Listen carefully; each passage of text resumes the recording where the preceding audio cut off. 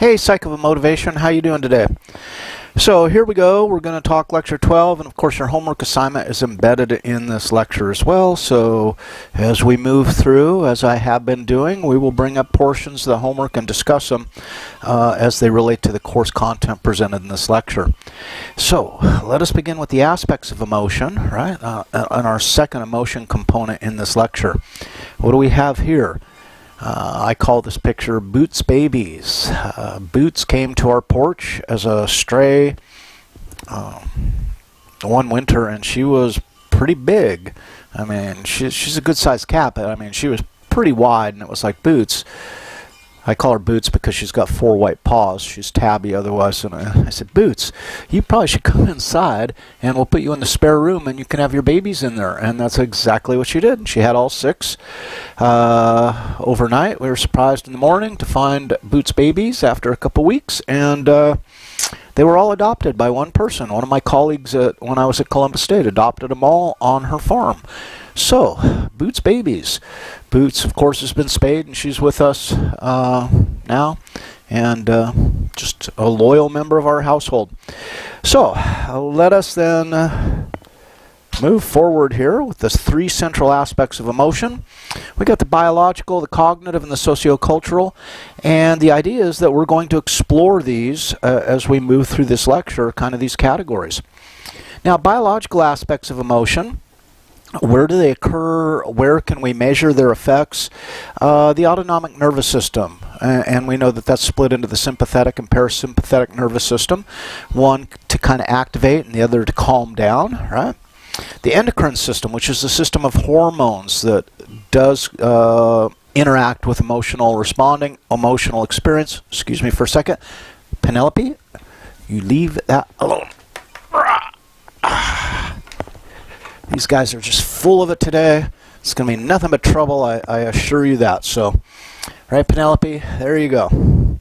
It's springtime, the wind is blowing, some of the windows are open, and they just get whacked, right? So, neural brain circuits, and especially, well, this is a big one. I mean, let's not, the rate of neural firing is more specific, so let's talk about that. If you want to hear a little more about neural brain circuits, I would suggest you take Psych of Emotion, where we have a little more time to get more deeply into emotional components. And then facial feedback, which I think is an interesting kind of aside that really causes us to wonder to what extent are emotions represented in the body. And we know that emotions can affect our body language and obviously our facial expressions, and that's where we're headed pretty damn quickly here. So, the cognitive social cultural aspects is appraisals, and that is really kind of understanding components of the environment and assessing, evaluating those components as their meaning to us. So, a lot on that. You got a homework assignment on that.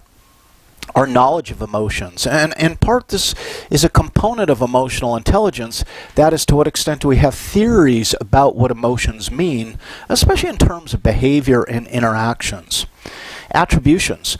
To what do we attribute the cause of an emotion? So anytime you see the word attributions, you can think, to what do I attribute the cause of what I'm observing? I attribute the cause. So the socialization history. And notice that right off the bat, this can be a big place where gendered emotions are created. Little boys are told, hey, don't cry. You got to grow up to be a big tough man, so you can't cry, right? So our socialization, to the extent we're exposed to ideas like that, then may limit or increase certain elements of emotional expression. And then cultural identities. And a lot of times this has to do with power, that people in higher levels of power, and I think we can go back to Socrates who spoke about this, and certainly Plato and Aristotle.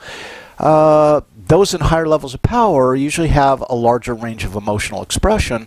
Those in lower levels of power often have to inhibit emotional expression because it won't be well received by those who are higher in power, right? All right, so let's tackle neural activation. Let's go to the biological elements. This is the pattern of electrocortical activity in the brain at any time, and different emotions are associated with different firing rates. And when I first started graduate school back in '99, I remember Jeff Larson was doing research as a graduate student on emotion and neural firing rates. That's really helpful, isn't it? So I don't know what's going on out there. As the police rush by, must be a donut shop close by. I didn't really say that, right? So, and I remember Jeff would show us his research, and it perplexed a lot of us. First of all, a bunch of us are newbies, our first or second year in graduate school. But he was assessing the neural firing rates using EEG, right? And he would show us all these charts with all these firing patterns, and he would explain them in terms of potential and everything. And a lot of us are just going like, okay, yeah, psychology is a broad area, so it's easy to confuse many of us because you head off into an area that I'm a social psychologist. I'm not a neuroscientist, so it's really easy to lose me pretty quickly when we start talking about neural activation. Very, very kind of simple knowledge of the neuroscience, right? Now, what we see here then is the activity increases. We see increased activity with surprise, fear, and interest, right?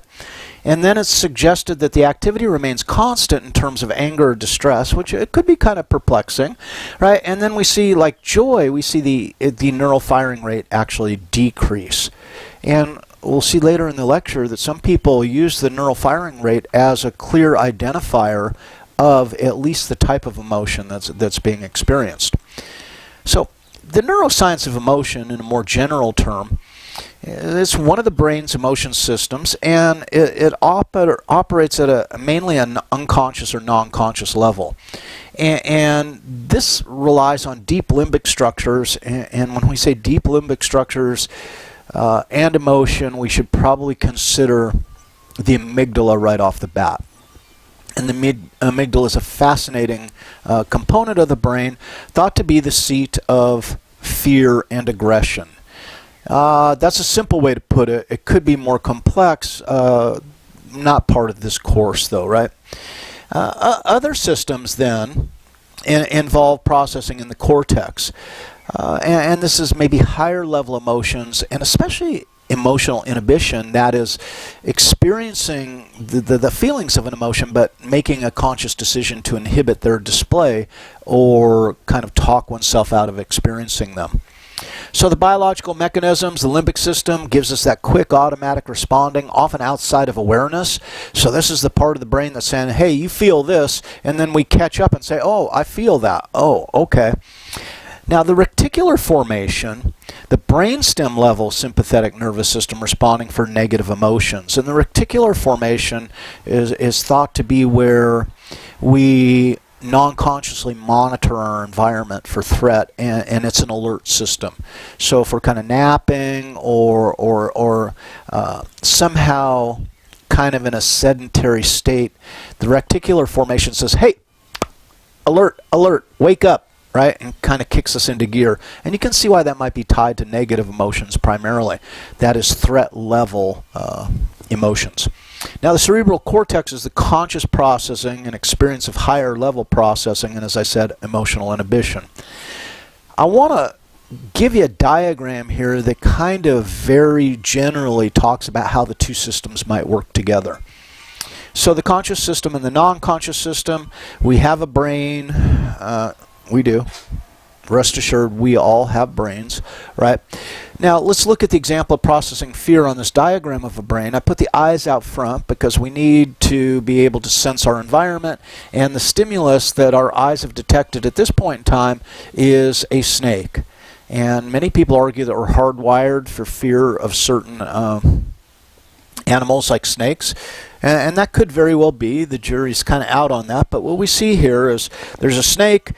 Electromagnetic energy, that is light waves, hit the snake, they reflect off in a certain pattern. The eyes transduce that electromagnetic reflection using the rods and cones and transduce that into the neural impulse. The neural impulse then actually travels along the optic nerve and it goes through the visual thalamus, and this is part part of the limbic system. And this is a non-conscious part of the process. So the visual thalamus says, oh, wow, it compares it to patterns and says that maybe is a threat, maybe a snake, and it shoots that information very quickly straight down to the amygdala, and the amygdala has a straight shot to motor response, and we jump. So we see snake, it's a snake, we jump, and we don't even know why we've reacted yet, because conscious processing will be done back here in the visual cortex. So check it out. This is pretty cool. We are kind of dual process models. What happens is the initial processing, the non-conscious processing, is very fast and allows us to respond quickly, but not very thoughtfully, right? So it's easy to trick this part of the process, but the survival benefits are huge. Now, the visual thalamus then more slowly sends the signal to the visual cortex for conscious processing, and then that can correct maybe what the amygdala is up to at that point in time. So what we might see is we see a snake, we jump, right? And then we look more closely, more slowly, more deliberately, and we say, oh my God, that's a rubber snake. We look around and we see our friends busting up with laughter. They fooled us, and then we minimize the fear at that point. And of course, if we don't like practical jokes, then we might become angry. But another story. Thing is, non-conscious and conscious processes processing the same stimulus, right? Questions about that? Miraculous, the things that go on in the brain. So, basic emotions. There's a lot of theories of basic emotions. Plutchik, Arnold, Friesen, Ekman, Frieda, Gray, Izzard, James, Panskep, Watson. We'll talk about some of these, but not all. This is just kind of a summary table. And the question is, do we have basic emotions? And what is a basic emotion as opposed to a complex or a blended emotion or an emotional syndrome? And these are all terms that we differentiate in psychology of emotion, a tad beyond what we need to do right here. But I do want to point out a couple, because in our homework we're going to talk about Arnold, we're going to talk about Ekman, I want to talk a little bit about Izzard. So here's the idea. Let's pick on Arnold for a minute. And we say, Arnold, in your theory of emotion, what do you label as basic emotions? And he says, well, you know what? I label anger, aversion, courage, dejection, desire, despair, fear, hate, hope, love, sadness as emotions. And we say, okay, that's a pretty long list of basic emotions. Why do you label those as emotions, basic emotions? And then he goes on and he says, well, my basis for inclusion, that is, my theory relies on these states as relation to action tendencies. And I'm kind of down with this as an emotion theorist. I'm kind of like, yeah, emotions are for doing, emotions are for engaging in action or suppressing action, right? So I agree that relation to action tendencies is a good way to kind of develop a list of basic emotions. But as an emotion theorist, I would really have some objections to Arnold right off the bat, because like hope, love, hate, courage, these, in fact, when we discuss them in psychology of emotion, I might give some alternative explanations. And many of these to me are syndromatic and certainly not basic. Now, Ekman, let's go to Ekman, because we're going to go to Ekman on the next slide here. Ekman says there are anger, disgust, fear, joy, sadness, surprise. That is a pretty short list when you get right down to it. His inclusion basis is universal facial expressions, and we'll talk about that and show you the facial expressions he used in his research, at least some of them. All right.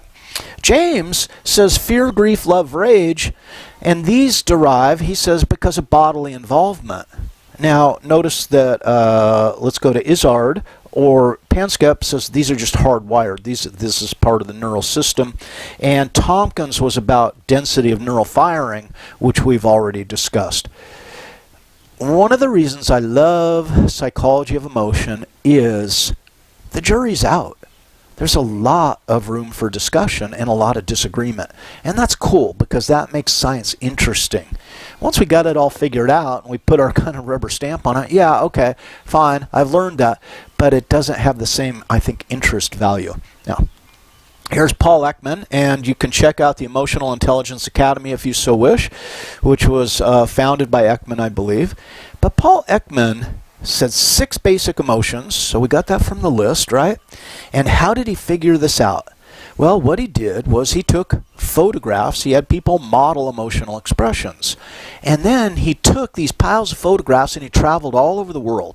And he would show people of different cultures the photographs and says, what emotion is this? What emotion is this? What is emotion is this? And basically his threshold was if 92% of the people in a culture that he tested correctly identified these emotions, then he would label them basic emotions. So traveling the globe, going to about 21 different cultures, people were in agreement on these 6. They could readily identify them. So he called them basic emotions.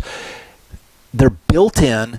They're not part of a cultural legacy or cultural narrative, right? That they're just hardwired into the human being, so to speak. And you can see the connection because the facial expressions are responding to an internal state. If the facial expressions are all made the same way and they're all identified as the same thing, basic emotions to Ekman. So let's try it, you guys. All right? What do we got here in the beginning? What's this one right here? Any of you down for happiness on that one? It would probably be the right one. What about this one? And notice, these two are both pretty interesting, right? There's certain similarities, but there's notable differences. What do you think? Who wants to go with surprise? Because that would be the correct answer according to Ekman. This last one there is fear. Let's go down to the bottom row. What's up with this young man? No, you can't go outside. I want to. No, you can't. He's pretty angry about that. How about this one here? Fascinating emotion. Notice how the nose is all wrinkled up. And this one, you can see how this might be a very basic emotion. Imagine opening up a nasty, nasty diaper that should have been changed like 2 hours ago. You open that up and you go, oh my God. You rock back, your nose, right, constricts to try and limit the odor that's entering it. This is disgust. And then the last one, this elderly gentleman there, that would be sadness. Okay, so Ekman shows these around. He makes a case for it. And then what do we know? Well, eventually, further research, conversations, feedback, input, etc., because that's how science operates. Ekman comes back. And this is the cool thing about science. He says, you know what? I was wrong. There's 6 basic emotions, but there's more than that. There's actually a 7th. So he adds that into his theory. So here's the 7th, more recent basic emotion. What do you think? Anyone? Shall I supply you some context? Maybe you're not going to get it just from looking at the face, but let's suppose we're in a bar and I just asked her, hi there, how are you? Can I buy you a drink? How am I doing, guys? Yeah, most of us going to say, dude, you better just move on, because that expression ain't saying, I'd love to have you buy me a drink. That one is saying, I can't believe you asked me to buy a drink. That is contempt. So that is the 7th basic emotion, right? And contempt's an interesting one. Contempt, when we see contempt within a partnership, within a relationship, contempt is one of the best predictors that that relationship won't last if one partner is displaying contempt towards another. Fascinating, huh? So, that's it for the universal facial expressions. We will move on in the next slide to understanding the source of micro-expressions. Come to understand this. Well, Ekman and others have developed what's called the facial action coding system. And this manual is used to train laboratory assistants, to train researchers on the underlying musculature that causes the shifts in the face to create these expressions. So this explains how to categorize facial behaviors based on the muscles that produce the system. So many of us just do this automatically. We've just learned over time that this combination of facial structure and the underlying musculature signals that it is this emotion. But if we want to go deeper, we can actually learn the mechanics of it and become more consistent in our evaluation of facial expressions. So there's a huge number of muscles in the face. Understanding how they move the face then makes us better at assessing facial expressions and then surmising the underlying emotions. This is a feature of emotional intelligence, is the ability to read facial expressions. Now, where it gets really tricky is what if, and remember I mentioned the show Lie to Me? Well, let's combine that with the idea of conscious versus non-conscious. Remember, non-conscious is fast, conscious is slower. So, you might say something to me that offends me, and immediately, non-consciously, my immediate reaction is to move my face in perhaps an anger expression. But all of a sudden I realize in this 1/10 of a second that you are my boss and I better not display anger because there'll be hell to pay if I do. So I want to mask that facial expression. So what happens is the non-conscious drives the musculature slightly, but within a 1/10 of a second, my conscious control takes over and masks the expression. But it's in that fleeting 1/10 of a second. It's what's known as a micro expression. And some of us seem to be more adept at monitoring faces and being able to read these micro expressions and thus become better deception detectors because we can tell that an emotion was erupting but it's being masked. Now for many of us we do this outside of our awareness. We've just learned to do it from experience. But the point is that people can be trained to do this, right? But what if 6 or 7 isn't really enough to capture it? What if Ekman isn't quite there? Researchers at Ohio State have found a way for computers, check this out, found a way for computers to recognize 21 distinct facial expressions based on this facial action coding, right? You train the computer to look for these subtle changes in the musculature, right? Even expressions for complex or seemingly contradictory emotions. So we move beyond the basics to complex, compound emotions. The study gives cognitive scientists more tools to study the origins of emotion in the brain, part of the benefit.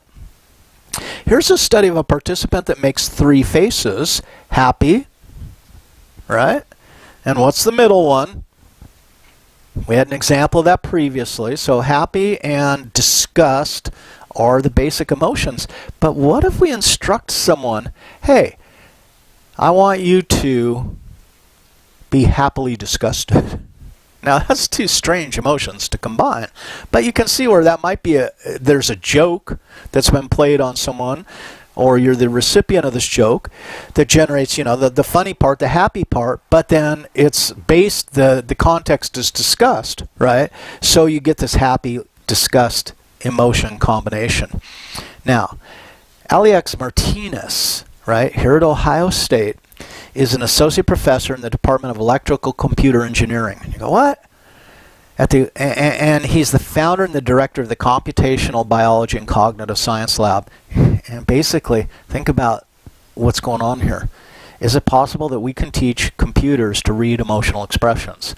And Dr. Martinez is doing this in his laboratory. So think about artificial intelligence, but think about computers interacting with you. It's one thing to say, Alexa, hey, play Grateful Dead Truckin', right? And Alexa says, oh yeah, I'll play Grateful Dead Truckin', and she puts the music on for you, right? But what if you sit down to your computer in the morning and your computer now is interacting with you in this crazy way and says, God, Mark, you look a little down today. Would you like to hear something uplifting? That is the potential for computers to read our facial expressions and then alter the content that we're fed, right, as a result of our facial expressions. I don't know whether that's a good, bad thing. I'll leave that to you guys to decide. But it is coming to be within the realm of possibilities, right? So, consider this, right? So, we've gone beyond facial expressions for simple emotions like happy or sad. We found a strong consistency in how people move their facial muscles to express 21 categories of emotions, said Martinez.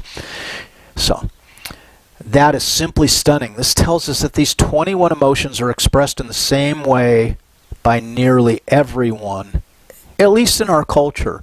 Now notice, he's making this cultural specific. Ekman was looking across cultures. Martinez is looking within culture. But this is a fascinating idea, that in fact we have available to us kind of 21 compound emotions, or basic emotions if you will, and they could be universally within a culture recognized, expressed, have the same meaning.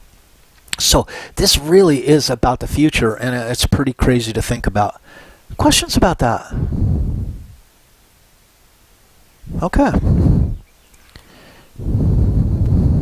Okay, from biologically, physiologically based theories, we move to cognitively based theories. And here is a beautiful kind of culmination of research on cognitively based emotional experience.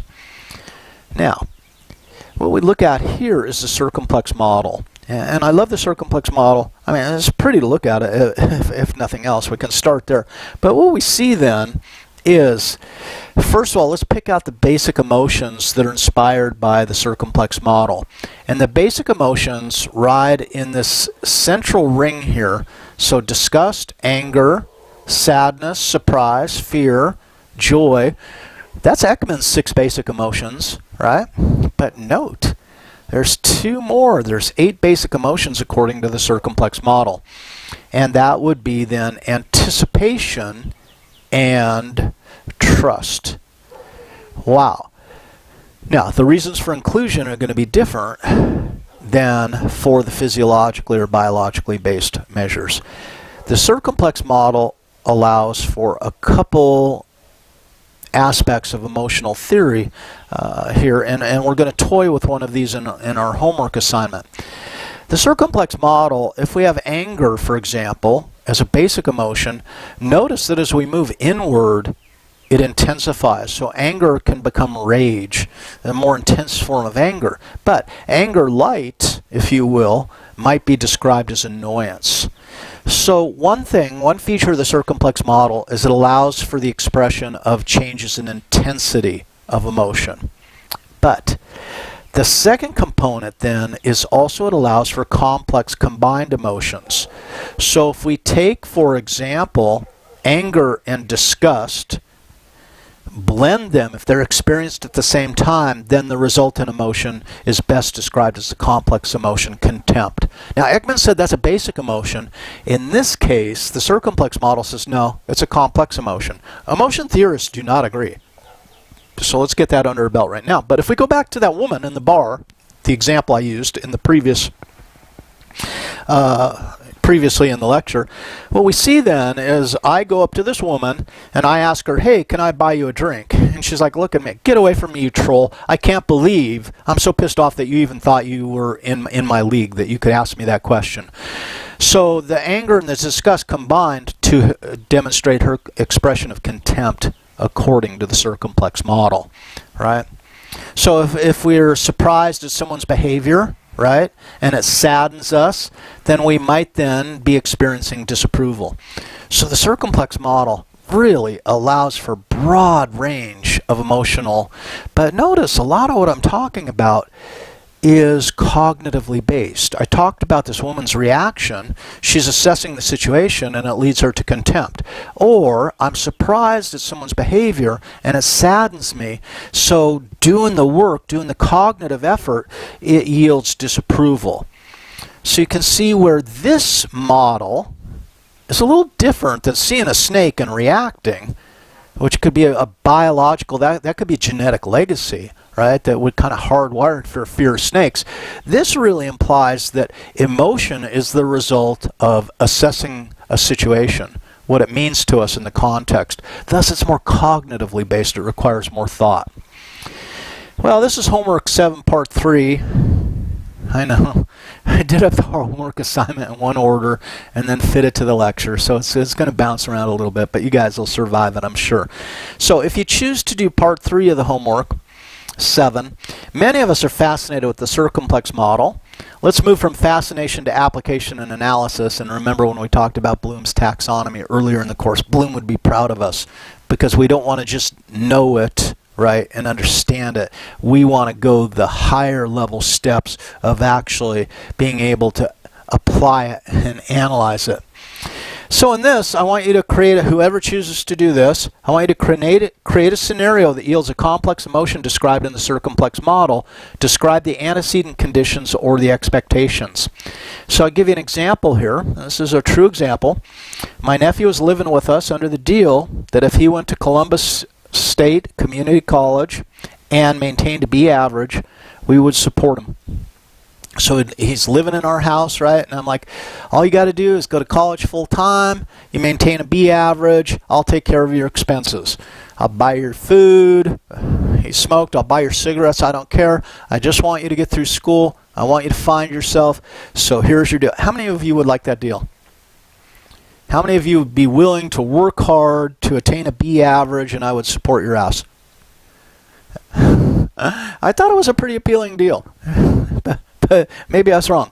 But during Christmas, then, he went home to Portland, Oregon, where his mom lives, right? My wife's sister, for Christmas break. About 2 days before he's due back to Columbus to start the spring semester, his mom called me and asked, "Hey, have you heard from your nephew?"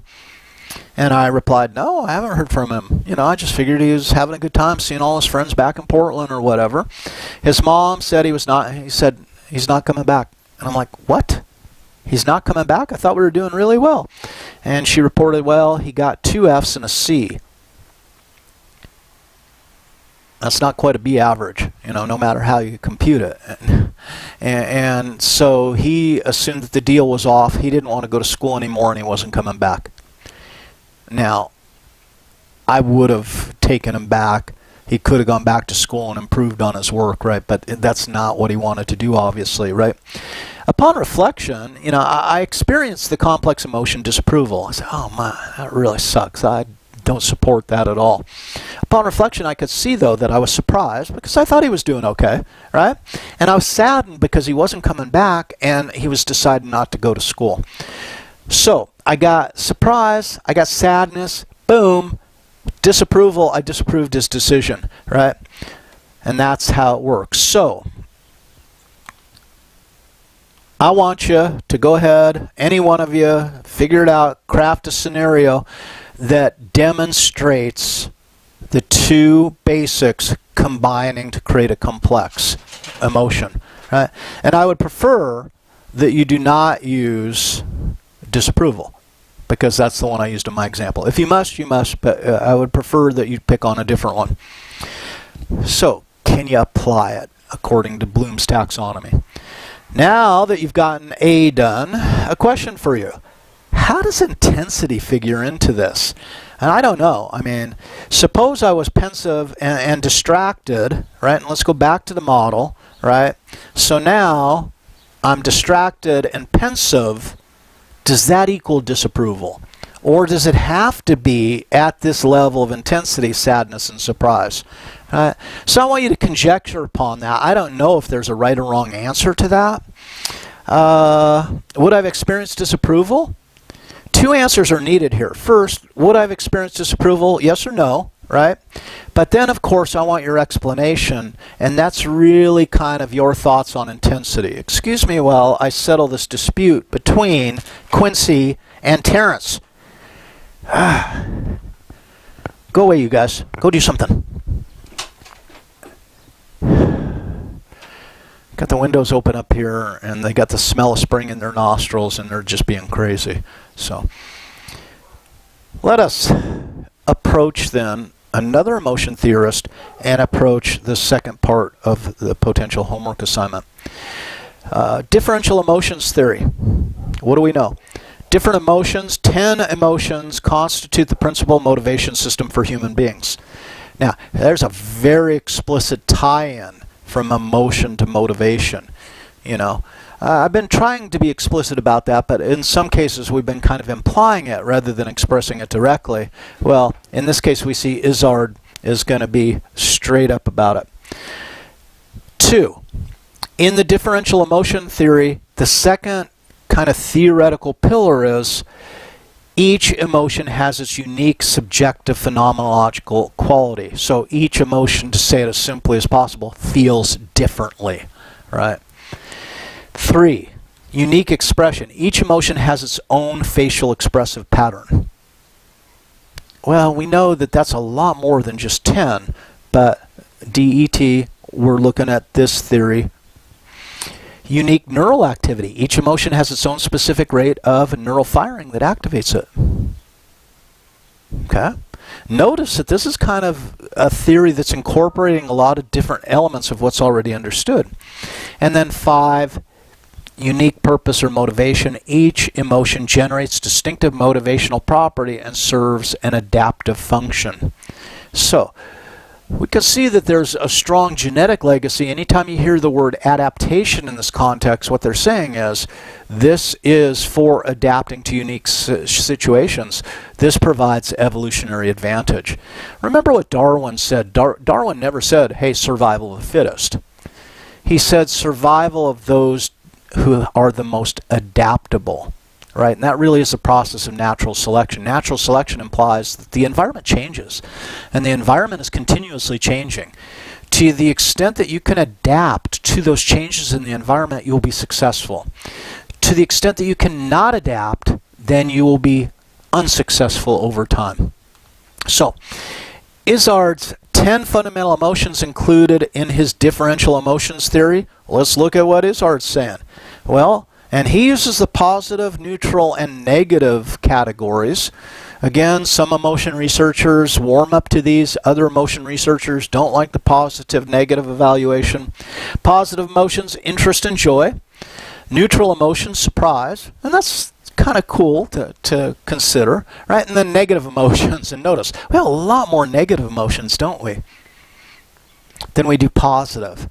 And most people would agree on that. Fear, anger, disgust, distress, contempt, shame, and guilt. So shame and guilt are kind of, and interest are the ones that are coming to us as new from, let's say, Ekman 7. So if we look at the differential emotions theory arrayed across 2 dimensions, right? Well, the arousal pleasantness. So here we have excited and pleasant. Neutral and pleasant. Calm and pleasant, right? So that would be essentially the 3 possibilities. Then we have excited unpleasant, neutral unpleasant, calm unpleasant. Then we have excited neutral, we have calm neutral, and the number of emotions that fall under these and the emotion examples. It's an interesting theory because what we're saying is the level of arousal, one aspect, and the pleasantness of that, the assessed pleasantness or unpleasantness, yields these possible combinations. And what he's done is, hey, how many emotions really depict excited and pleasant? And he's going to say 27. Euphoric is an example. Okay? But there's 26 others there as well. An interesting question, I think it's interesting, that I like to ask in Psych of Emotion repeatedly is it an emotion when we talk about anything that we might call an emotion? But also the other question that kind of is generated from that is, if there's no word for it, can we feel it?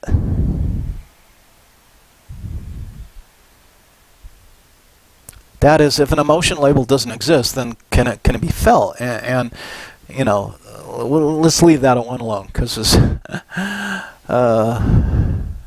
probably too distracting a question. But now, DET in the environment, affordances and complexities. So in this case, what we see is, hey, we can label the environment with 4 different kind of labels: boring, chaotic, lively, or calm, right? So what happens then? Well, in a boring environment, right, the environment doesn't provide interesting or useful affordances and is not indicative of safety. So low on affordances, another rough synonym for affordances is opportunities. Opportunities to engage, opportunities to perform, right? So what we see is in this unpleasant, unactivated environment that's low on affordances, what we see then is low intrinsic motivation. There isn't going on and there's not much interest. But if we move up in an activated but unpleasant, high complexity, we have high extrinsic motivation. It's chaotic. So the environment is operating on us, right? Now, if it's anxiety-free and pleasant, so we're activated, right, and pleasant, high affordances, then it's a lively environment and we have high intrinsic motivation. So think about the environment that you want to be in, that you find pleasant, activating, right? That you want to participate in this environment. Why? Because it's cool and you enjoy it. That would be kind of describing high levels of intrinsic motivation. And then a calm environment, right? Is low complexity, right? But pleasant, low extrinsic motivation. There's not much on the outside that's operating on us. In fact, we're kind of free of outside influences at this point in time. So what are we going to do with this? Oh my God. Well, I want you to create a scenario that would conform to each of the differential emotions theory pi. That was a pi. See, it's a pi. It's round. You know, a couple days ago was pi day. It's not that kind of pi. So pi, 4 segments of the pi. Let's explore it. So create a scenario that would conform to each of the DET's 4 slices of motivational pie. For example, in our lectures meeting, we were talking about boring aspects of our job. Most of us agreed that proctoring exams is the most boring thing we do, right? It's unpleasant and because it requires no activation, right? So when I'm sitting there watching people take a midterm, right? It's unpleasant. It's low on affordances. There's nothing to do. My motivation is low. My intrinsic, oh boy, I really want to go proctor this exam. Not, right? So, create a scenario that kind of captures that. It's typified by low intrinsic motivation. Yes, I know I need to do it. Intrinsically, I know I need to do it. No, I'm not being forced to proctor the exam. I'm not operating under extrinsic motivation. I'm operating under a very low level of intrinsic motivation. It's a dirty job, but somebody's got to do it. And I'm intrinsically motivated to do it. But I do it simply because it's part of what I do. The reward value is absent, right? But the punishment isn't there either. So it's really not an extrinsic phenomenon. It's an intrinsic phenomenon. Thus, the low motivation, albeit intrinsic motivation. Don't forget to mention the role of affordance or complexity. And I'm afforded nothing, right? So, what are you going to do with this one then? If you take on part 4, or if you want to share part 4, again, up to you guys.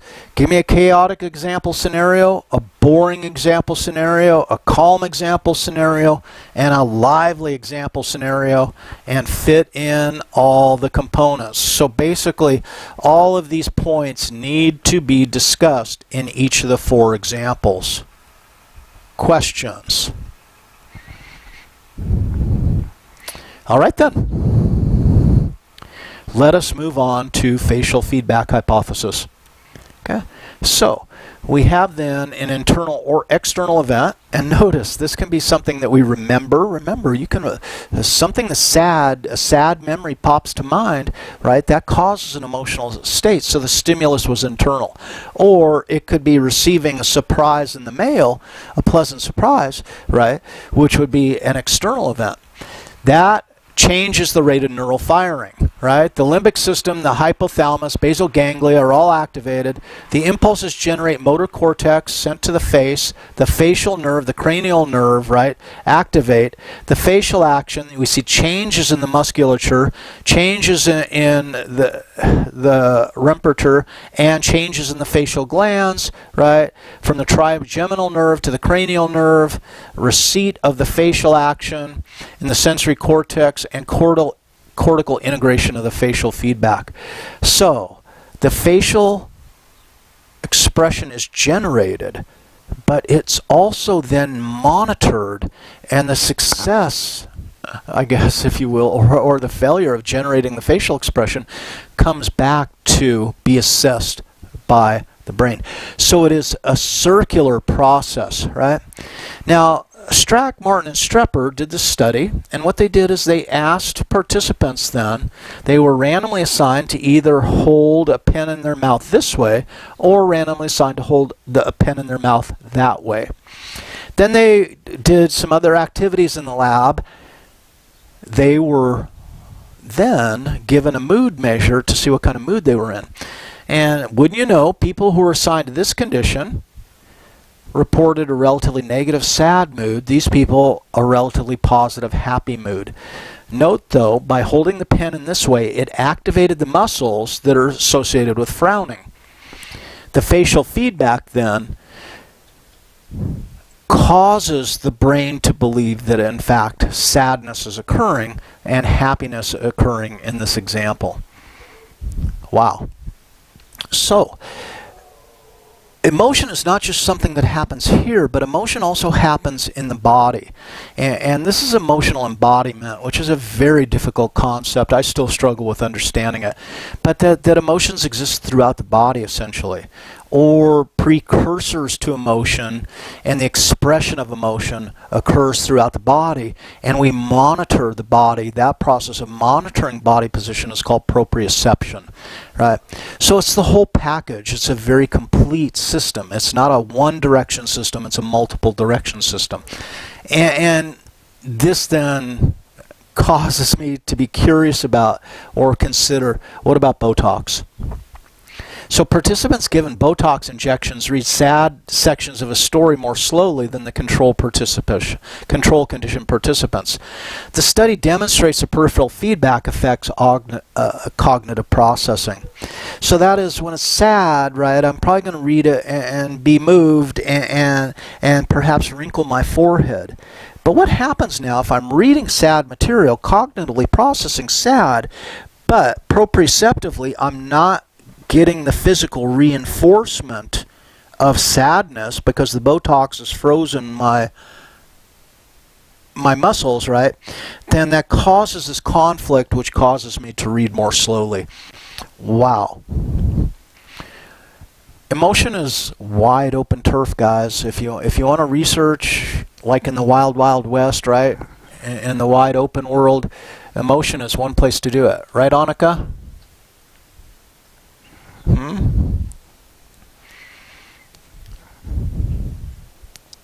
So, cognitive aspects of emotion then, what do we know? Well, we talked about what does this mean to me previously, and the appraisal theories of emotion really then think about, hey, I'm encountering the stimulus object. Now it can be internal or external, and then I start asking the questions. I process it cognitively. What does this mean to me? Right, sweetie? What does this mean to me? Let me, your nose there. Oh, now are you angry? Okay. So an appraisal is the estimate of the personal significance. What does this mean to me? How does it affect me? Right? The central construct in cognitive understanding of emotion is that term appraisal. So let us not move forward unless you understand what this means. Right? So appraisal is saying, what is the value? What does this mean? How does this impact? How does this affect me? And notice, this is a thoughtful, it is a cognitive process. So, first then, implied by this, without an antecedent cognitive appraisal for the event, emotions don't occur. You say, wait a second. You mean I have to think before I can feel? And according to these folks, basically that's what they're saying. If there's no cognitive appraisal, no thoughtful analysis or evaluation of what this means, then an emotion is not going to result.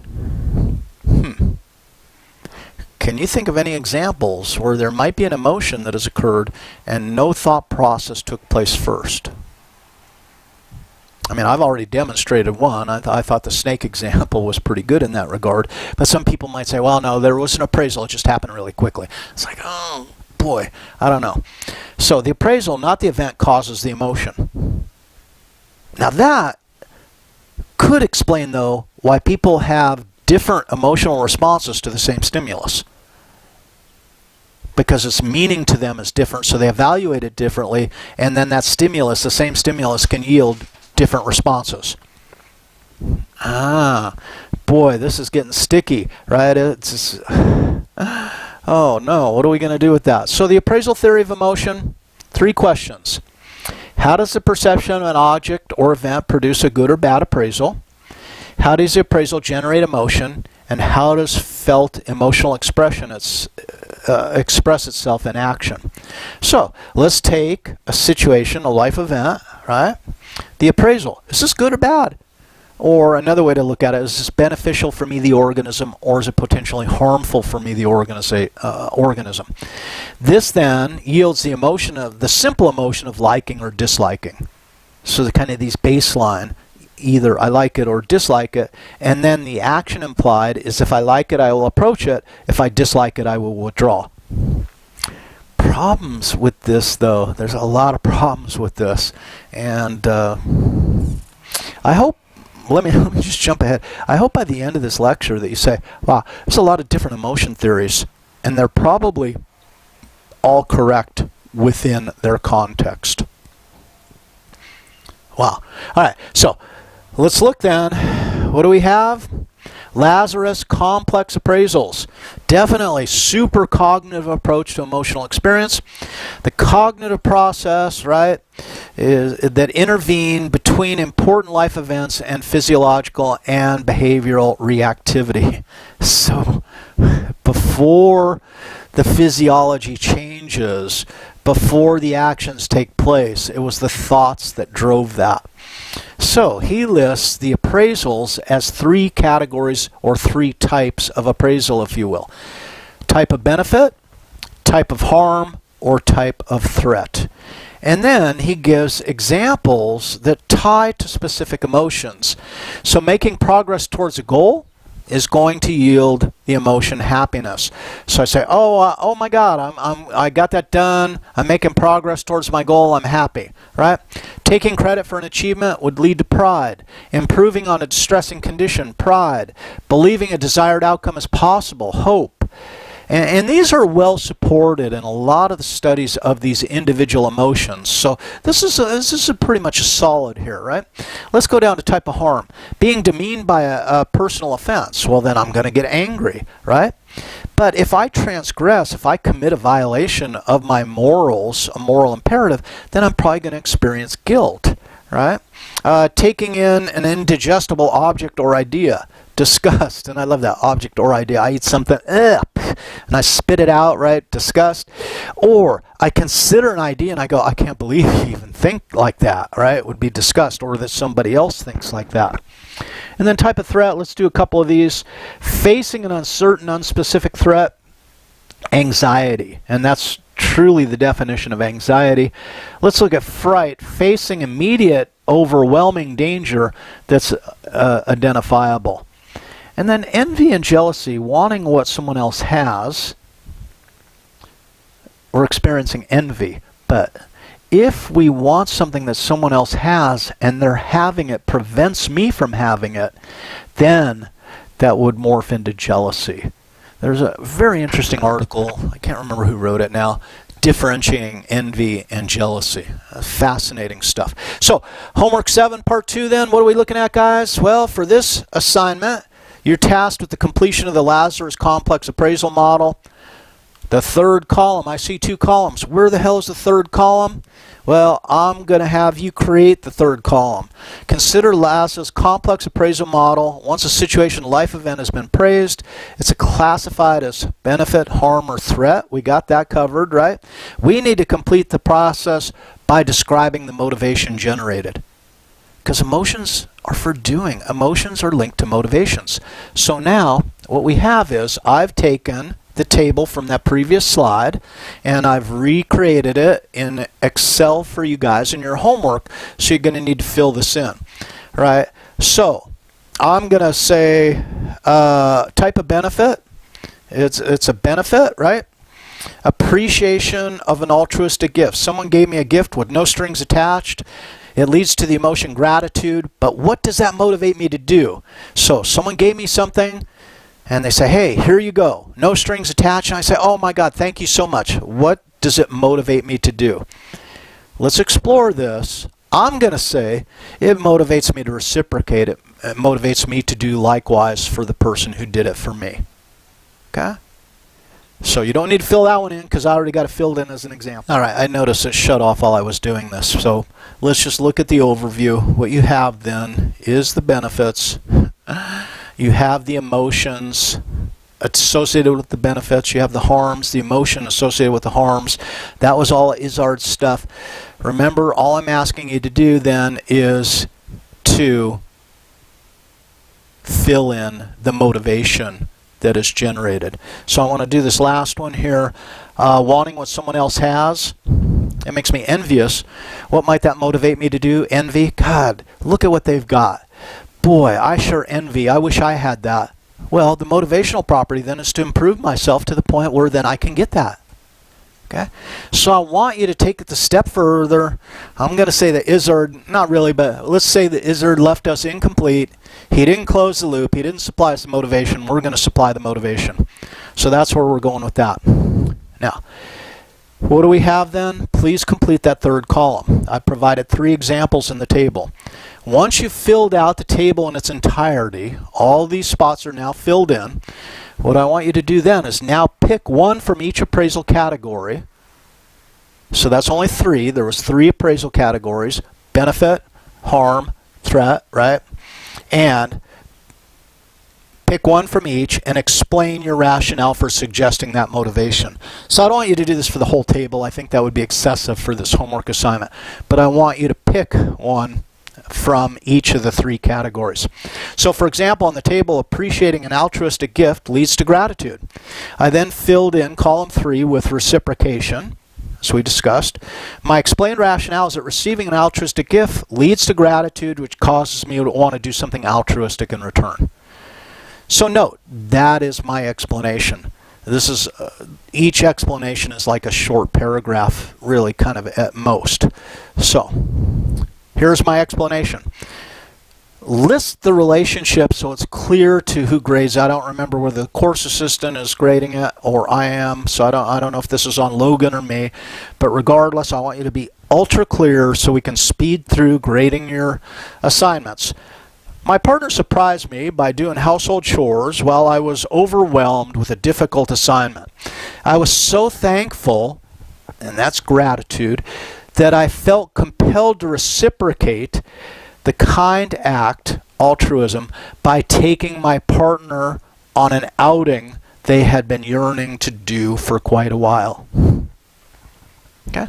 So craft this very simple scenario, but start it off super quick, right? Appreciating an altruistic gift is from the table, gratitude is from the table, reciprocation is from the table, and then put it into that short paragraph of a story.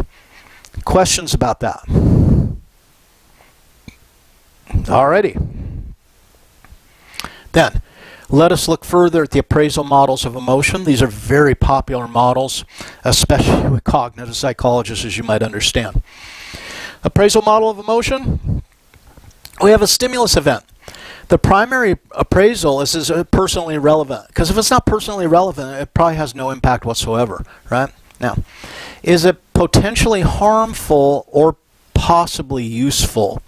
And these are questions that really get at the core of adaptive behavior. So this is really super low-level appraisals, kind of our genetic legacy. Hey, is that good? Like, can I eat it? Or is that bad? Is it coming to eat me? Right? Is the most basic of appraisals in kind of an adaptability survivable. So, no autonomic nervous system arousal, no coping required, no emotional reaction, right? If it's no, right? Now, if, right, then the stimulus event does have the potential to be harmful or useful, the autonomic nervous system is activated, and from that, approach or avoidance based on the appraisal. So harmful, what we're going to see is kind of a negative activation, useful, positive activation that's based on the primary appraisal. The secondary appraisal then is coping resources. Can I successfully deal with this? That is, either catch the prey that's running away from me, that would be beneficial, or escape the creature that's going to attack me. Successful coping, then my autonomic nervous system is going to bring me back down to stasis, right, and the emotional reaction ends. But if the secondary appraisal says, holy shit, that thing is getting closer, it's going to eat me, or oh my god, I've been running after this antelope for 6 hours and I can't go on, right? The autonomic nervous system remains activated, and that's how we begin to experience stress or anxiety. Note that emotional states, many of us theorize that emotions are for doing, and once we get it done, we're allowed to return to normal. But if we're in a situation where we can't get it done, and we keep, then that leads to stress and anxiety. Questions about that?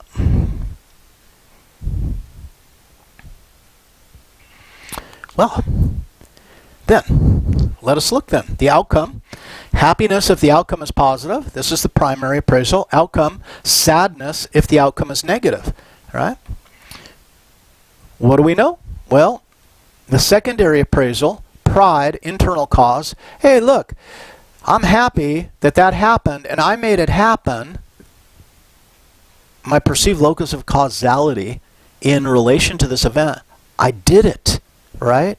So and then feel pride.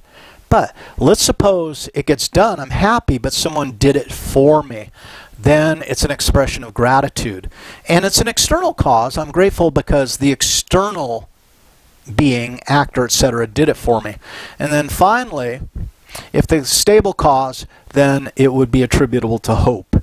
Now on the negative, right, if it was an external cause that caused this to happen and it was negative and it's controllable, then I'll likely experience anger. Sadness, if it's an external uncontrollable pity, internal controllable guilt, internal uncontrollable shame. So now we've tied it all together. Notice this is the attributional model, so we're attributing the source of the cause to either be external to us or internal, and that explains how the emotions are differentiated in that secondary appraisal. Okay. What are the major camps then? Well, the psychological theories of emotion, James Lange theory. You probably got this in Psych 1100.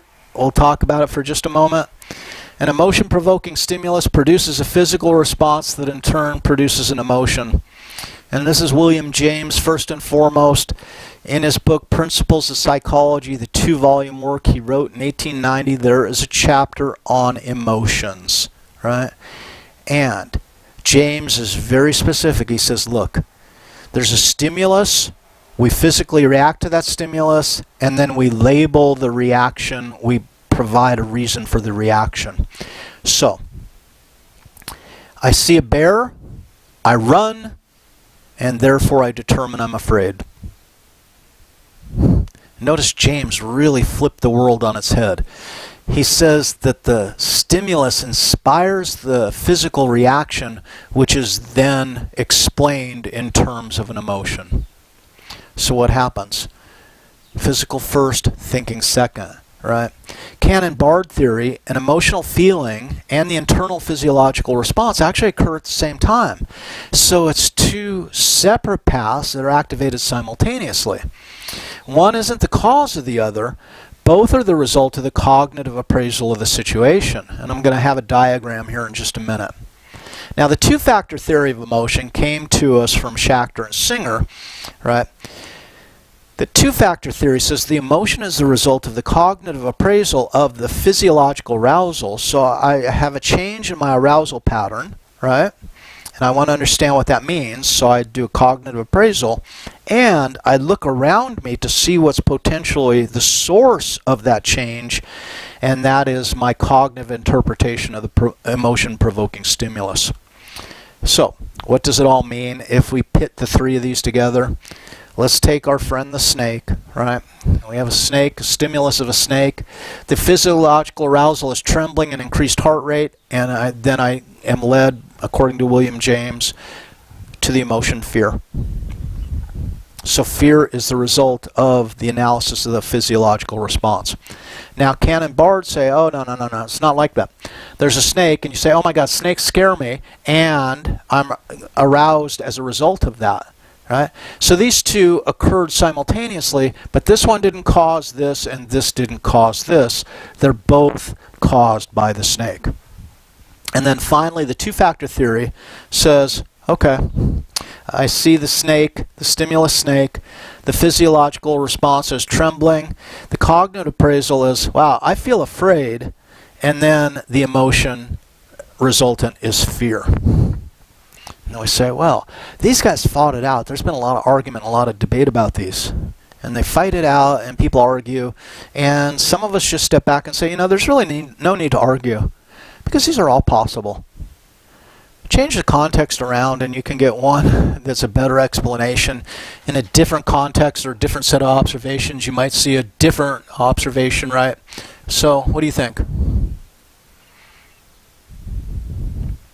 What's your favorite? You're good with all of them, aren't you? You know it depends. Remember the best word in the world? Depends. The only problem with using the word depends, especially if you use it around me, is I'm going to say depends on what, but depends. Okay? So, depends shows cognitive flexibility. It says, well, it could be this way or it could be that way. It depends. It depends on, I need more information. So let's talk some more. Depends opens the doors to conversation. Now, two models then. What comes first, emotion or thinking? That's emotion or cognition primacy. Which comes first? Which is primary? Well, the appraisal theorists, the cognitive people say, hey, duh, right? We see a stimuli, we think about it, and then that generates our emotional experience.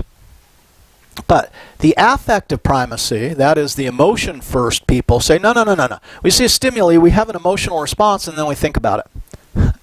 Well, here's the deal. Which is right? Which is correct? They both are.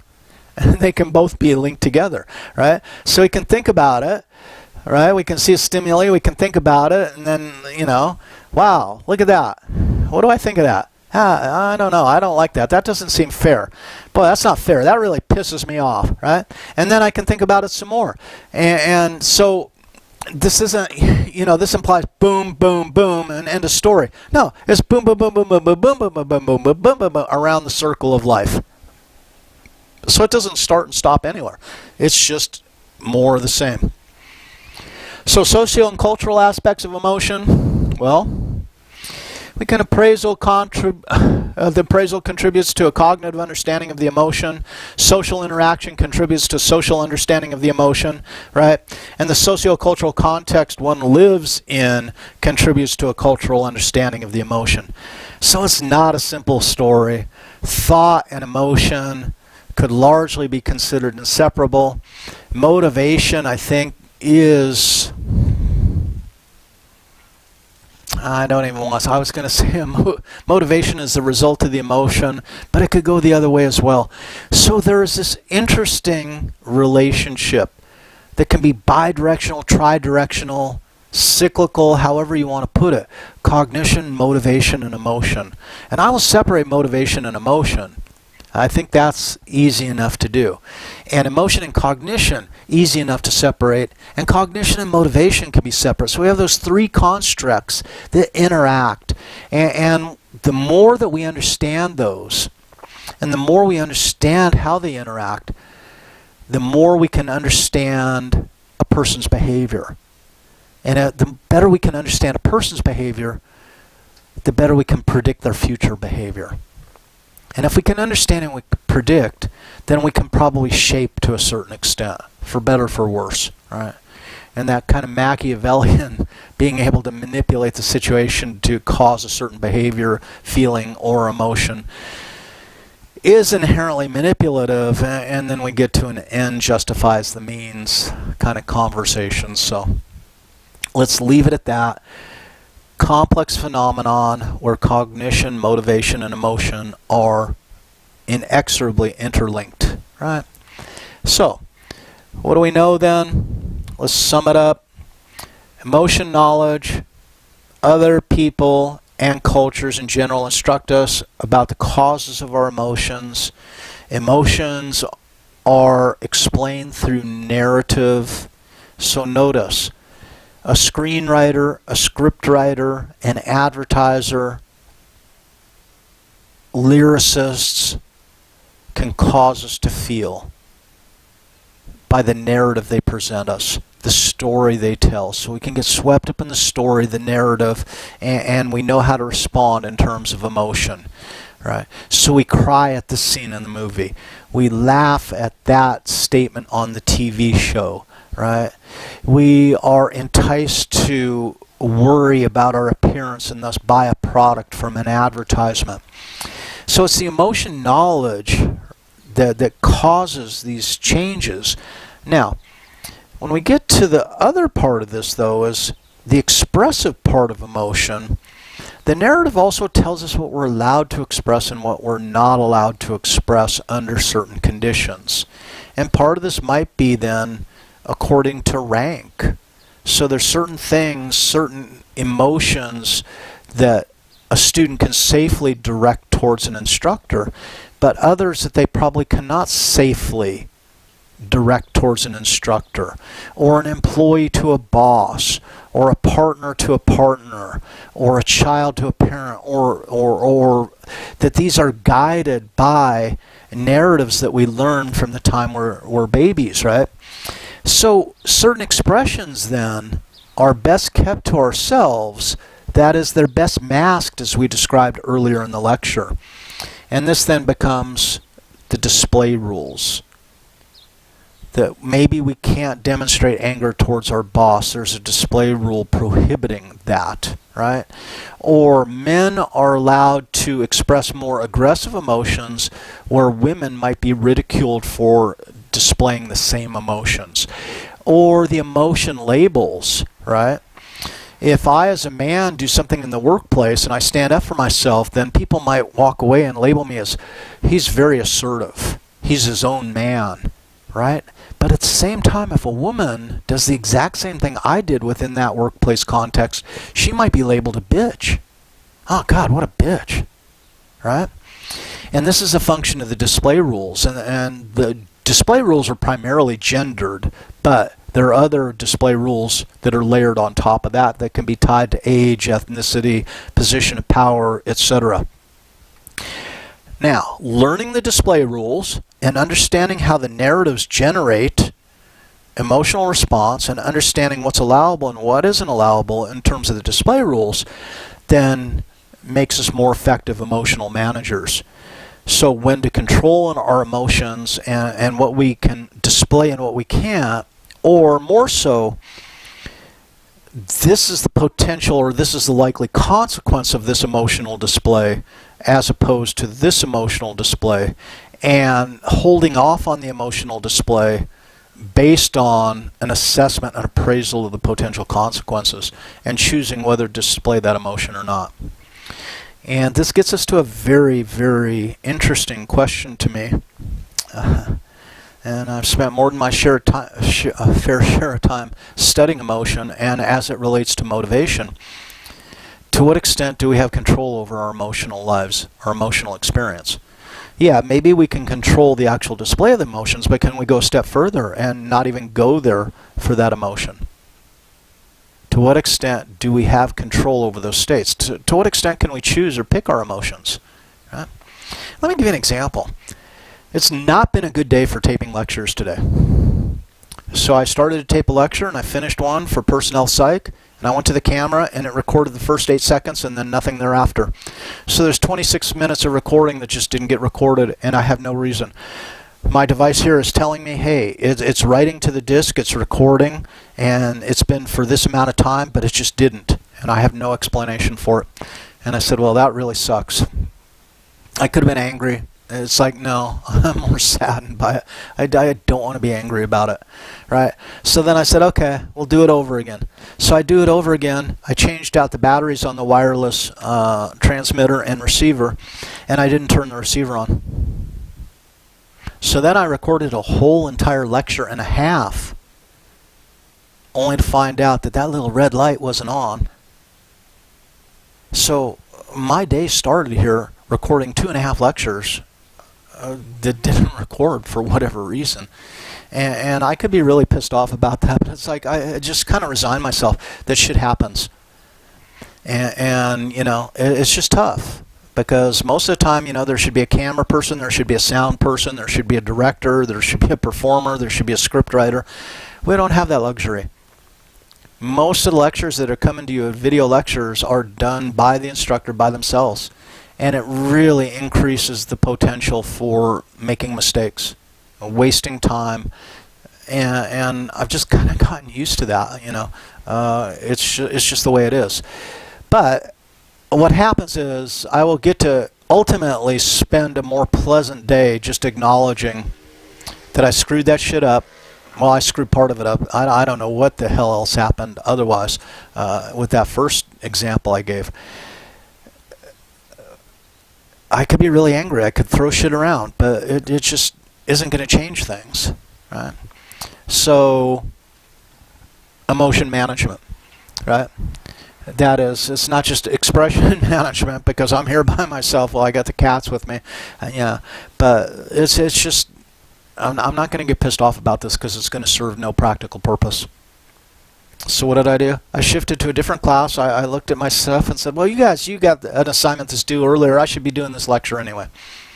So I'm just going to do something different, and I'm going to go with it. And Cracker and I are going to say goodbye to you. Cracker, my wonderful Cracker, poor Cracker, she passed away from cancer last year. Cracker and I were tight, right? People often ask me, do you have a favorite cat? And I never say that I do. But if I was going to answer that question, it might have been Cracker. So Cracker doing one of her favorite things at the aquarium there. She's going to dig through that aquarium glass and she's going to get one of those fish one of these days. She didn't. So I say goodbye. We're done with emotion. You guys, well, you got the homework to do, but we're done with emotion in this section of psychomotivation. If you want to know more about the psychology of emotion, take, what is it, 4515. It's offered now twice a year, so it's offered spring and fall. And I'd love to see you there. Have a great day. I mean it. Have a good day. I'm planning to have a good day. I don't know if you guys know it, and I don't know that today is St. Patrick's Day, so enjoy your St. Patrick's Day. Of course, you won't see this today, so I don't even know why I'm saying that, because this will not get uploaded till tonight, and it won't be posted till tomorrow. But yeah, how many of you feeling burned out? Good. It's natural. We're in very strange circumstances, and we're trying to keep it together and get our shit done, and most of us are doing it in a way that's not familiar to us, so it's natural to feel burned out. So if you feel burned out, hey, I'm sorry. You feel burned out. I feel burned out. We all feel burned out, and we will come through this feeling less burned out. Light at the end of the tunnel, perhaps. So, again, have a great day, guys, and I'll talk to you later.